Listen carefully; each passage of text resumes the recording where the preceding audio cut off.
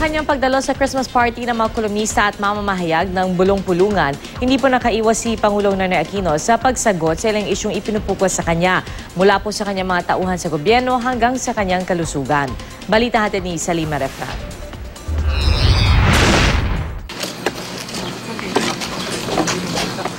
Mula Tacloban at ngayon sa 3 bayan sa Northern Palawan, nag-ikot si Interior Secretary Mar Rojas sa mga sinalanta ng Bagyong Yolanda at namahagi pa ng relief goods. Pero bago pa man ang super bagyo, kapansin-pansin ang presensya ni Rojas sa iba pang malalaking pangyayari sa bansa. Sa lindol sa Bohol, krisis sa Zamboanga, maging sa pagsabog sa Tuserendra at pagbagsak ng eroplano sinakyan ng pinalitan niyang si Jesse Robredo.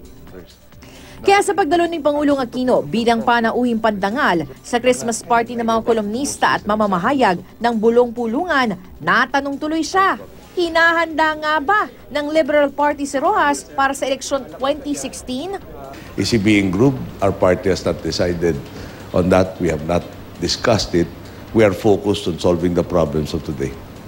Ang bunsong kapatid naman niyang si Chris na napapabalitang tatakbo sa 2016. The latest pronouncement I heard from her was she's aiming to be the perfect stage mother. Nausisa rin sa Pangulo ang pagpili niya kay dating Senador Ping Lacson bilang rehabilitation czar na mangunguna sa 140 billion peso recovery and rehabilitation efforts para sa mga binagyo. Trabahong pwede naman daw gawin ng kanyang gabinete. Now, having Ping Lacson at the center, wherein he's a no-nonsense guy, focused solely on Yolanda's rehabilitation, will undoubtedly achieve the targets sooner. Sa kaliwat kanang dilubyong hinarap niya ngayong taon, iisa lang daw ang Christmas wish ng Pangulo. Sana natapos na yung libro ng problema natin itong taon na to. I really hope that our people maintain the optimism and the can.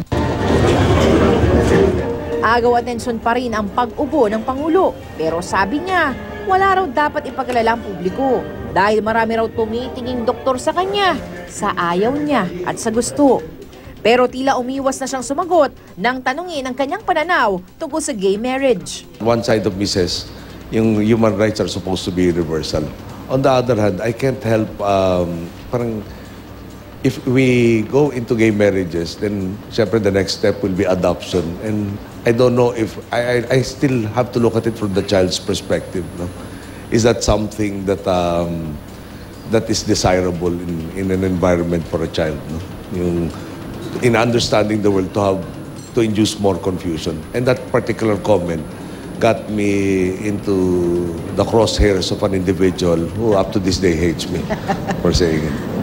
Bukod sa pagdalo sa party ng Bulong Pulungan, ginawaran din ng Outstanding Exemplar Award Man of Steel ang Pangulo dahil sa pagiging matatag umano niya sa mga hamon sa kanyang administrasyon. Salima Refran, GMA News.